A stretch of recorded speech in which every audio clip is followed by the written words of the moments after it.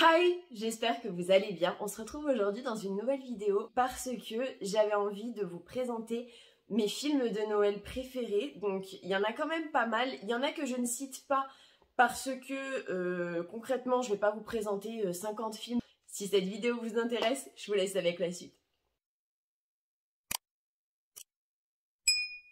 Alors, au niveau des films, je vais pas les classer par ordre de préférence, je vais les classer par année. Ça sera plus simple, je vais faire comme avec tous mes tops.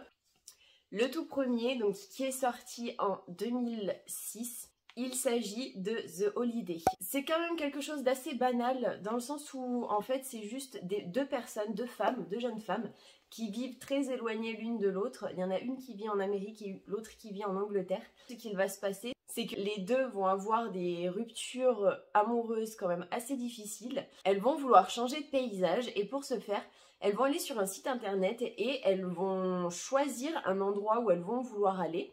Sauf qu'en fait, ce qui va se passer, c'est que les deux femmes en question vont échanger leur maison. Donc il y en a une qui habite en campagne en Angleterre et l'autre qui vit dans une villa quand même assez high-tech, enfin pour 2006 en tout cas, assez high-tech en Amérique. Donc franchement, le mélange des deux, ça va promettre. Ça raconte deux histoires d'amour, du coup. Chacune vont trouver l'amour chez l'autre. Du coup, c'est un petit peu bizarre, mais franchement, ce film est juste magnifique. Ensuite, en numéro 2, il s'agit des 5 légendes, qui est sorti en 2012. C'est l'histoire, au début, on apprend à connaître Jack Frost, qui est un petit garçon, enfin un jeune homme en tout cas, qui n'a pas eu forcément une vie facile et qui... Comment on pourrait appeler ça? Qui a des pouvoirs un petit peu de glace, sauf que personne ne le voit et en fait il va devoir faire équipe avec le Père Noël, avec le lapin de Pâques, avec la Fée des Dents et avec un petit homme qui gère les rêves et la poudre des rêves, sachant qu'ils vont devoir combattre un ennemi commun qui fait faire en fait des cauchemars à tous les enfants et en fait ça va faire vraiment une catastrophe entre guillemets. Ça va vraiment impacter tous les autres. Ça va impacter le Père Noël par rapport à Noël, ça va impacter la Fée des Dents par rapport aux dents, ça va affecter du coup celui des rêves, ça va impacter aussi le lapin de Pâques et ils vont tous se mettre ensemble pour pouvoir réussir à battre ce nouvel ennemi. Ensuite, le prochain film qui est sorti en 2016, il s'agit de Joyeux Bordel. Ça raconte l'histoire d'une jeune femme qui se nomme Carole, qui est à la tête d'une entreprise familiale et en fait, elle veut fermer la branche qui est gérée par son frère, sachant que ce qu'il faut savoir, c'est que son frère est un fêtard et qu'il ne pense vraiment qu'à faire la fête plutôt qu'à faire des bénéfices ou à travailler en fait tout simplement pour vraiment ramener de l'argent dans la boîte, sachant que c'est quand même quelque chose d'assez grand comme boîte, donc j'avoue que c'est quand même mieux si on ramène un petit peu d'argent que de trop en dépenser et de ne jamais en ramener. Du coup, elle va lui mettre un ultimatum, il faut en fait qu'il lui prouve tout simplement qu'il peut continuer de gérer sa filiale et dans ce cas-là, elle la gardera ouverte et pour ce faire, ça va être un joyeux bordel parce qu'il va organiser comme objectif final, il veut absolument faire signer un des plus gros clients lors de cette soirée. Du coup, ça va nous montrer vraiment tout ce qui va se passer durant cette soirée et franchement, ça ressemble un petit peu à Very Bad Trip. C'est un petit peu le même genre. Là, il n'y aura pas le après en qu'est-ce qui va se passer, etc. Mais ça ressemble un petit peu dans le sens fêtard, boisson, enfin alcool, choses pas très licites, etc. Ensuite, le quatrième film dont je veux vous parler, il s'agit de Bad Moms 2. Pas le 1, le 2, qui se concentre sur Noël. Ça raconte l'histoire de Amy, Kiki et Carla, donc les trois héroïnes principales de Bad Mom, tout simplement, qui sont toujours amies et qui, en fait, le problème qu'elles ont toutes les trois, bien évidemment, enfin franchement elles ont toutes les trois le même problème, c'est qu'en fait leur mère veut débarquer pour Noël, sachant, comment vous dire, je vais pas dire qu'elle les aime pas ou que c'est pas l'amour fou, mais il y a un petit peu des tensions entre les filles et les mères, sachant qu'elles vont se taper l'incruste et que elles vont toutes les trois pas être forcément très très contentes. Elles vont devoir s'adapter, régler leurs problèmes et pour qu'elles aient une bonne ambiance chez elles et pour leurs enfants. Et en fait, elles vont toutes les trois, les jeunes femmes, amener leur mère à se rencontrer et à apprendre à vraiment se connaître et à vraiment connaître leur fille. Franchement, il est vraiment bien ce film. En plus, bien évidemment, il y a Mila Kunis qui joue dedans et vu que c'est un petit peu mon actrice favorite, comment vous dire que j'adore ce film. Le cinquième film, il s'agit de Noël à Snow Falls. Ça raconte en fait l'histoire d'une jeune femme qu'on appelle l'héritière fêtarde, qui s'appelle Hélène Langford.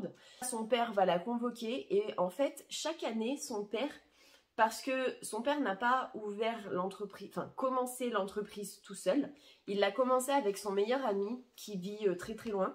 Chaque année, ils s'écrivent une lettre. Et en fait, chaque année, du coup, ils sont censés échanger les boîtes en ayant en fait toutes les lettres depuis la création de l'entreprise. Monsieur Langford, donc le PDG, décide d'envoyer tout simplement sa fille pour amener en fait la boîte avec toutes les lettres. Elle va loger dans l'hôtel de son oncle, donc le meilleur ami de son père. Sachant que son oncle est parti et qu'elle ne veut pas laisser la boîte à l'accueil tout simplement parce que les lettres pour la ville où elle est allée sont vraiment très très importantes. Elle ne veut pas, elle veut absolument lui donner en main propre et c'est ce que son père lui a demandé de faire. Le sixième film, il s'agit de The Princess Switch. Donc si je ne dis pas de bêtises, c'est la princesse de Chicago en français. Et en fait, c'est donc Vanessa Hudgens qui joue dedans, qui joue en fait deux personnages. Elle joue une jeune femme ordinaire qui travaille dans une pâtisserie et elle joue aussi le rôle d'une duchesse. Elles vont se rencontrer toutes les deux, elles vont voir qu'elles se ressemblent comme deux gouttes d'eau et elles vont s'amuser entre guillemets dans le sens où elles ont envie d'échanger leur vie pour voir ce que ça donne. Du coup, la pâtissière va devenir la princesse et la princesse va devenir la pâtissière. En échangeant leurs places, elles vont toutes les deux tomber amoureuses. Ensuite, le 7, il s'agit de The Holiday Calendar. Ça raconte l'histoire de Abby, qui est photographe, et que son meilleur ami va revenir d'un long voyage. Et donc ça se passe au mois de décembre. Son grand-père, à Abby, va lui offrir un calendrier un petit peu spécial qu'il tenait de sa femme, donc la grand-mère de Abby. Sachant que c'est un calendrier un petit peu spécial, c'est un gros calendrier en bois. Et en fait, la particularité de ce calendrier, c'est que chaque jour du mois de décembre, à minuit pile, une des petites cases s'ouvre. Et il y a une petite figurine, entre guillemets, de ce qui va se passer dans la journée. Le 8e film dont je voulais vous parler, qui est sorti en 2018, il s'agit de Casse-Noisette. Donc la reprise de l'ancien film. Franchement, Mackenzie, celle qui joue Clara, donc qui a joué dans les Twilight, qui a joué Renesmee, franchement j'adore comment elle joue. L'histoire, j'avais jamais vu Casse-Noisette parce que ça ne me tentait pas forcément. Mais avec cette version-là, franchement, j'ai été agréablement surprise. Les décors sont magnifiques, l'histoire, je trouve qu'elle est super bien jouée. Franchement, j'ai absolument rien à dire de ce film, c'est juste une pépite. Donc en fait, ça raconte l'histoire de Clara, qui a un frère et une sœur, qui vit toute seule avec son père parce que sa mère est morte, et qui a un oncle, on va dire, qui est son parrain. Le père de Clara va lui offrir pour Noël une espèce de petit œuf qu'il faut ouvrir avec une clé spécifique. Sachant que Clara n'a pas la clé et que le père de Clara n'a pas non plus la clé, sa mère ne lui a pas donné. Elle va tout faire pour retrouver cette dite clé et en fait elle va aller dans une soirée chez son parrain, sachant que ce qu'il faut savoir c'est que son parrain tous les ans, pour les enfants, il fait une espèce de chasse au trésor. Elle va tomber dans un monde où elle va faire la rencontre de Casse-Noisette. Donc en fait, elle va atterrir dans un monde où en fait il y a 4 royaumes différents et elle va faire la rencontre des dirigeants en fait de cet endroit et elle va se rendre compte que sa mère était une des dirigeantes de ce pays en fait tout simplement, que c'est elle qui a créé, enfin qui a aidé, non qui a créé tout simplement, qui a rendu ce monde vivant, tout simplement. Et en fait, il recherche aussi la clé. On pense que c'est pour de bonnes raisons que certaines personnes cherchent la clé, mais au final, ce n'est pas le cas. Alors que Clara, elle, cherche vraiment la clé pour une raison spécifique.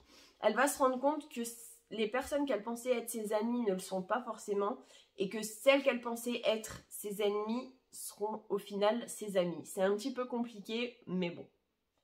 The Last Christmas. Alors, ça raconte l'histoire de Kate, qui est jouée par Emilia Clarke. Elle a une sœur et deux parents, bien évidemment, avec lesquels elle vit. Et en fait, elle a eu un accident, sachant qu'on ne sait pas forcément dès le début qu'elle a eu un accident et qu'elle a failli mourir et qu'ils lui ont remplacé en fait son cœur. Donc, ce qui va se passer, c'est qu'elle travaille dans un magasin de jouets. Donc, elle est tout le temps en mode elfe, surtout pour la période des fêtes de Noël. Et en fait, ce qui va se passer, c'est qu'elle va faire la rencontre d'un jeune homme qui se nomme Tom, sachant que il va pas obséder ses pensées, mais presque. En fait, quand elle va le voir pour la première fois, elle va pas forcément le trouver mignon ou sympa ou quoi. Elle le trouve un peu space. Ce qui va se passer, c'est qu'au fur et à mesure du film, elle va le chercher. Elle ne va pas forcément le trouver quand elle le souhaite. Et au fur et à mesure, ils vont passer du temps ensemble. Mais c'est comme si personne ne le connaissait. En fait, c'est un petit peu une histoire compliquée. C'est comme si... Je veux pas trop vous spoil. Donc concrètement, pendant 2 jours par exemple, il disparaît, sachant qu'elle le cherche. Elle aime le voir et passer du temps avec lui. Donc c'est un petit peu compliqué pour elle d'avoir une relation avec ce jeune homme, sachant qu'elle est tombée amoureuse de lui et que ça faisait depuis qu'elle avait eu son opération du cœur qu'elle n'était pas tombée amoureuse de quelqu'un.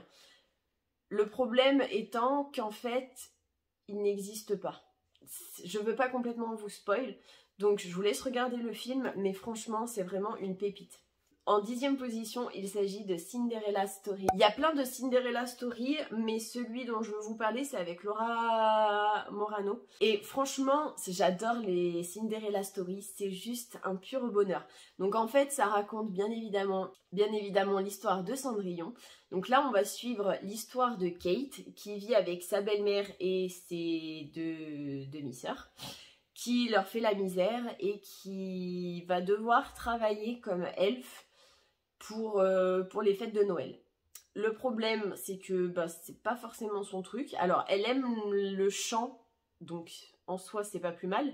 Mais elle aime pas forcément ce qu'elle va faire. Et elle va tomber sur Dominique, qui est un jeune homme plutôt charmant. Elle va vraiment tomber sous son charme, sachant que c'est... Comment dire? C'est un peu le mec, enfin le garçon que tout le monde veut à l'école. Et elle va tomber sous son charme et ça va être réciproque. Sauf que il va l'inviter à un repas pour Noël, mais sa famille, enfin sa belle famille, va tout faire pour l'en empêcher. Donc ça raconte vraiment l'histoire de Cendrillon, de la belle famille qui l'empêche d'aller au bal. Au final, elle va quand même pouvoir y aller, il va falloir qu'il la reconquérisse. Ça va être un petit peu vraiment l'histoire de Cendrillon, quoi. Ensuite, il s'agit de l'alchimie de Noël, ou comme on l'appelle en général, c'est A Night Before Christmas. Donc ça raconte l'histoire de Sir Cole, qui est un chevalier, et qui va faire une chassée, en fait, enfin qui va faire une chasse, concrètement. Sauf qu'en fait, il va entre guillemets se perdre dans les bois, et il va rencontrer une vieille dame qui est une sorcière, concrètement. Alors le stéréotype de la sorcière, il est à 10 000%. Bref, et en fait ce qui va se passer, c'est qu'elle va lui jeter un sort pour le faire aller dans le futur.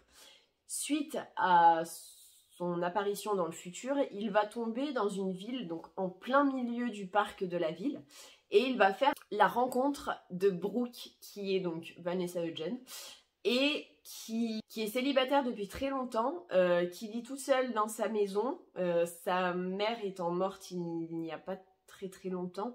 Sa sœur et sa nièce vivent dans leur maison à elle, en fait, tout simplement. Du coup, elle vit toute seule. Et en fait, elle va recueillir ce chevalier qui se nomme Cole. Et ils vont apprendre à se connaître tous les deux. Elle va l'introduire entre guillemets dans ce nouveau monde. Elle ne sait pas trop s'il a perdu la mémoire, s'il est un petit peu fou sur les bords ou s'il dit la vérité. Et en fait, au fur et à mesure du film, on se rend compte qu'elle commence à le croire petit à petit et qu'elle va tomber amoureuse de lui. Et lui va tomber amoureux d'elle, sauf que il va quand même repartir dans le passé. C'est un petit peu complexe, on dirait que c'est triste, mais au final ça n'est pas tant que ça. Vous allez le voir, je vous conseille vraiment ce film. Ensuite, le prochain film dont je voulais vous parler, il s'agit de Let It Snow, qui s'appelle aussi en français Flocons d'amour. C'est un petit peu spécial comme nom, mais franchement, en fait, ça raconte l'histoire d'adolescents qui sont tous dans la même ville. Et en fait, ça nous raconte donc l'histoire de plusieurs personnes. Donc il y a l'histoire de Julie, qui est une jeune adolescente qui vit avec sa mère et son grand-père, sachant que sa mère est malade, et en fait elle va partir de sa ville pour trouver un truc spécifique pour sa mère. Et en fait dans le train elle va faire la rencontre de Stuart Bale, qui est une star mondialement connue, et ils vont passer en fait la journée ensemble. Ils vont créer des liens assez forts. Ça raconte aussi l'histoire de Tobin, qui est amoureux de Angie, qu'ils appellent aussi le duc. En fait, c'est une nana qui traîne que avec des mecs et qui a un peu une attitude de mec aussi. Bref, Tobin est amoureux du duc, donc qui s'appelle Angie réellement, même si on l'appelle pas vraiment comme ça, sachant que je pense qu'elle aussi est amoureuse de lui. Ils se sont jamais avoués qu'ils s'aimaient. Et en fait, Angie va vouloir passer la journée avec un autre gars, mais avec son meilleur ami aussi, donc avec Tobin. Donc ils vont être tous les trois toute la journée ensemble. Il va se passer plein de choses et franchement, j'avais beaucoup d'appréhension sur ce film, mais au final, je l'ai quand même bien aimé. Ensuite, il s'agit du film Noël, qui est sorti en 2019. Donc en fait, c'est tout simplement la fille du Père Noël et de la Mère Noël qui vivent du coup au pôle Nord, et qui va devoir reprendre l'affaire familiale parce que son père, le Père Noël, veut prendre sa retraite. Sauf que ce qui va se passer, c'est qu'elle va aller sur Terre et il va y avoir pas mal de péripéties. Ensuite, le prochain film, il s'agit de Marraine ou presque, qui est sorti en 2020 et donc qui raconte l'histoire de l'apprentie bonne fée Eleanor, qui se rend compte que dans son école de marraine bonne fée, il n'y a pas beaucoup d'avenir dans ce domaine au fur et à mesure des années. En fait, c'est plus comme avant, où à l'époque de Cendrillon, beaucoup de personnes croyaient en marraine des bonnes fées. Maintenant, c'est plus vraiment le cas. Et ce qui va se passer, c'est qu'elle va partir dans le monde des humains pour... en fait, il n'y a pas de mission pour prouver que c'est une vraie marraine bonne fée. Donc elle va fouiner un petit peu dans les archives avec l'aide d'une de ses amies et elle va partir dans le monde des humains pour essayer de faire en sorte de prouver que Marraine les bonnes fées peuvent être encore utiles même dans notre monde actuel. Et le dernier, il s'agit de Holiday, qui est sorti en 2020 et qui raconte l'histoire de Sloane, qui en fait est une jeune femme célibataire et qui va malencontreusement atterrir à la table des enfants à un mariage de sa famille ou de ses amis, je ne me souviens plus exactement. Elle ne va pas du tout supporter ça, elle va essayer de trouver une solution pour que plus personne ne l'embête du fait qu'elle soit célibataire, qu'il s'inquiète pour elle et blablabli et blablabla. Du coup, elle va faire la rencontre de Jackson et au final, ils vont faire semblant, tout simplement, d'être ensemble pour les événements familiaux. Donc, à chaque fois qu'elle a un événement, dans le mois ou sur une période, elle va demander à Jackson d'être son compagnon.